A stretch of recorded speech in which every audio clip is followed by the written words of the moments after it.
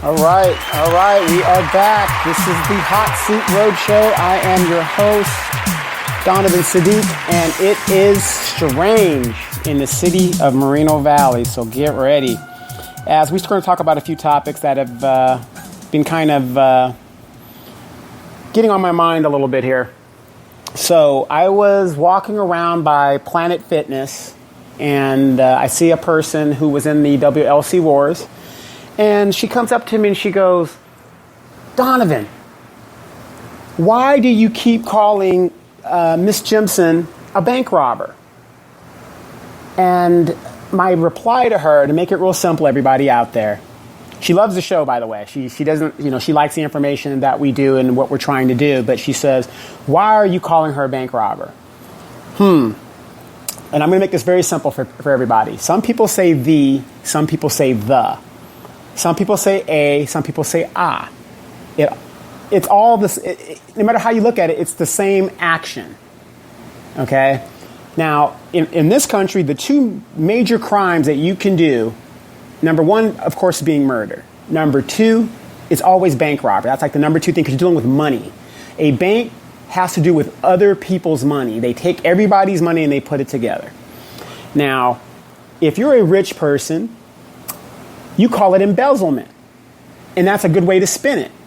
Okay, if I was robbing let's say I robbed the Winco, okay, and I work for Winco, I'm on the inside, and I stole money from Winco. It's called embezzlement because they do other things besides deal with money. They also deal with canned goods. They sell things, so that's called embezzlement. But when you're in a bank, it doesn't matter if you come into the bank and rob it or you're already an internal person inside of the bank. It's still bank robbery because you're stealing from the bank. And it's even worse to me because you have a level of trust as an employee of that bank. And because you have that level of trust, to embezzle money in a bank, you have to know the safeguards and everything else that you need to go with it. So no matter how you spin it, to me, it's bank robbery. And I'm going to tell everybody out there, stop telling people how they should speak and how they should think. Because if that's how they were raised to think, that's how they were raised to think. I mean, it's just, I'm not saying it's right. I mean, if you think that black and brown people and poor people and you got a bias toward those people, that's wrong. But we're talking about if I see somebody rob a bank, they robbed the bank. That's all there is to it. If I see somebody rob a store, they robbed a store. That's the bottom line. So I told her, to me, it's still bank robbery. I don't care how you spin it. It's still the same action. The action is one and the same. She stole from a bank. And what's even make it worse is you've got people who put their life savings in these banks. And basically, you're in a level of trust if you work at a bank. You can't even work at a bank if you don't have good credit. So that tells you something else there. So basically, we had a nice little discussion, and she was saying, what are we going to do here in the new first district when we have a choice between worse and worser? And she said, Donovan, who are you going to vote for? She says, would you vote for Baca?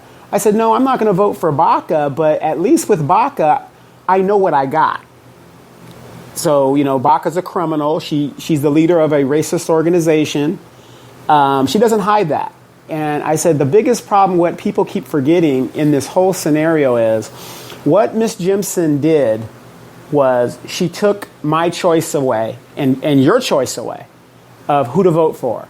And I'll give you an example. If you're dating somebody and you find out that they were married, you're going to be a little upset about that.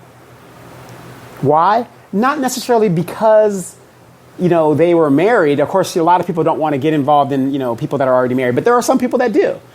You're more mad at the fact that they didn't give you the choice to make a choice. So what Miss Jimson did was she took our choice away. And you should be more upset at that. That's the upsetting thing about bank robber Jimson. She took our choice away. Just say what you did. Let us decide if you're worthy enough to represent us. And that's, to me, the worst thing. And then, as I was talking to this lady, I said, she's falling right into the trap that Miss Baca did. If you say you're ethical and you're, you have ethical leadership and you're going to be transparent, step down for 4 months, leave the seat vacant, and run for it again and give us a choice. But see, she basically knows she probably can't win that seat again, because staying on it is very hypocritical when you were asking Ms. Baca to get off of that seat. And, I'm all about forgiveness and things like that, but when you do exactly what an unethical person would do, sorry, I can't support you. And so, First District, we're in a dilemma. We are in a big, big dilemma, and it's going to be interesting how this is going to play out. So, she asked me, well, who are you going to support? Now, I did tell everybody out there that you need to vote because it affects you directly. Local elections matter.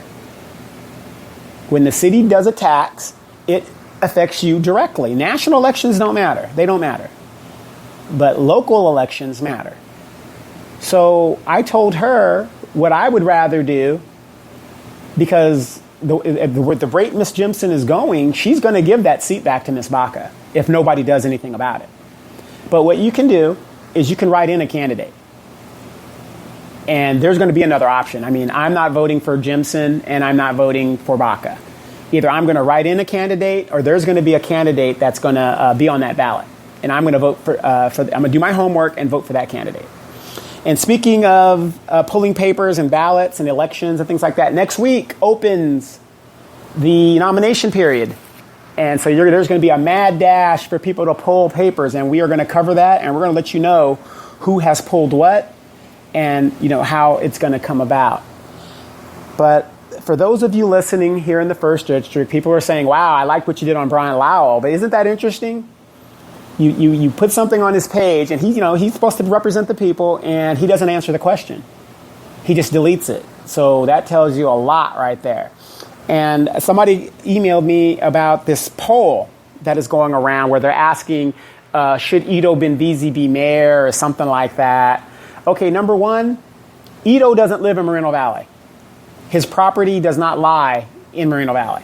Okay, from my understanding, it doesn't. It's like just outside of it. I think his property is actually on county property. So it's not in the Moreno Valley jurisdiction, I think. If I'm wrong, please somebody email me and let me know if I'm wrong on that. But I don't believe he lives in Moreno Valley. So thus, for the simple fact, if you get this call and they're asking you that, number one, that call is most likely paid for by Ito Benvizi to drum up questions in regards to two candidates, mostly Price and Jimson, and put doubt in your head. Of course, Jimson, yeah, there's doubt there. I mean, I'm gonna go on the record. Donovan is not voting for LaDonna Jimson. That is a done deal. Have you guys noticed in the LaDonna Jimson situation that she's taking a lot of photo ops, but I'm doing all the work because I don't have time for photo ops.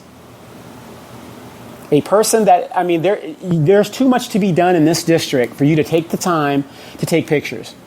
I rarely take pictures because, I honestly believe you people want results. And that's what matters. That's why you see my emails talking to the city engineer about our streets and everything that's going on. And I'm trying to give you guys the information so that you know what's going on. Does Ms. Jimson do that? No, not at all. But anyway, back to this thing in regards to Ito. So he's ineligible to run for any kind of city office. So, just totally ignore that. But he's trying to put a bug in your ear. It's called subliminal messaging. And that's what he's doing. So the fact of him running, that would be a total joke. And he knows that he couldn't run and win of his own volition. That's why he puts money in other candidates willing to sell their souls. So everybody asks me, well, who would you go for mayor? Now, I'm going to say this. I've said Carrie Thin is a good candidate, and she is.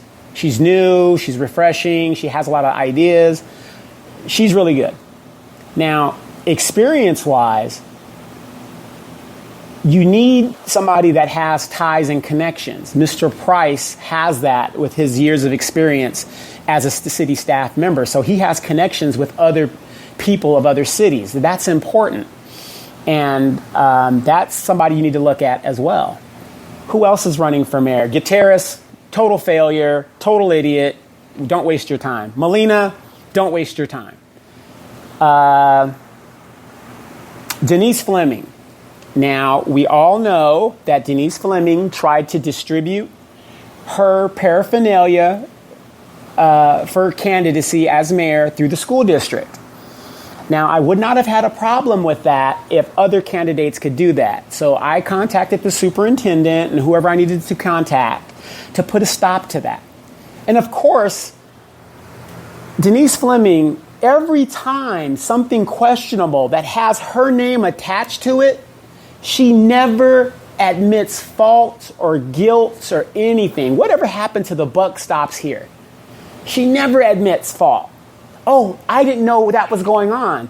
If you don't know what's going on with your own staff, how do you plan to be a mayor of a city of 200,000 people? Please, somebody, please tell me that. You know, it's incredible. But she's never at fault. She's never done anything wrong. It's always other people. So I want you guys to look at Denise Fleming and take a look at that and how she does things. It's always, it's never above board. It's always underground, because she tried to do a campaign at the schools to get to the students' parents. And I don't have a problem with that. There's nothing wrong with that. The only thing is other candidates can't do that. So if you're going to do that, Ms. Fleming, let other candidates do it. And so I put a stop to that. And of course, now she's mad at me, and everybody's mad at me because I'm calling out. And if you guys notice, I'm not just calling her out. I'm calling out all kinds of people. So I don't know what the problem is. So be wary of this lady, Denise Fleming, because she has a self-serving agenda, and it has nothing to do with Moreno Valley. She's supported by Cheryl Brown, who's taken a lot of money, the Democratic Party. All kinds of stuff is going on. And if you guys would do your homework, you guys will see for yourself what is actually going on. So do your homework on that. Now, let's talk about Victoria Baca. Court case is this Friday, 8 a.m. If you are interested in a case that Victoria Baca insists does not exist, meet me down at the courthouse at 8 a.m. Riverside Criminal Court Building. I will be there. And the treasurer got a call from members of the Goon Squad inquiring how everything is going with the case.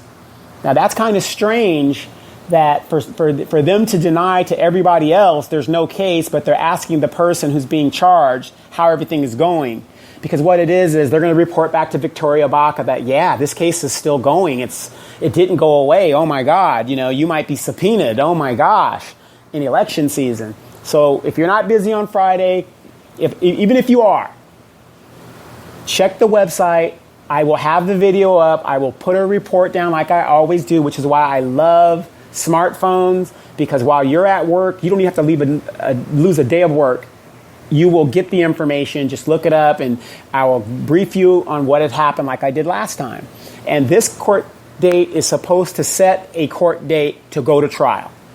That's the last I heard of it. The DA can still drop it, but, we'll see. But that case involves embezzlement, and it could lead into money laundering if the Bacas are subpoenaed. And I want you to know this. The Bacas said that this lady embezzled, but yet, and they're charging her with the crime, the lady, the treasurer, with the crime. But the investigators who are investigating the money laundering aspect of it and the embezzlement went back to Baca, her daughter, her brother, and they don't want to cooperate with the investigation. So what does that tell you right there? I mean, there's a lot to it, and I'm very, very sure there's going to be more. But just get ready, because this is not over. You got the Peden brothers are running for mayor as well. I mean, you've got 6 candidates that we know of that are running for mayor. And we wish them all luck, and we can't wait till they become on the hot seat. And we're going to ask them the real questions. But again, it is very strange in the city of Moreno Valley. I'm Donovan Sadiq. This has been the Hot Seat Roadshow.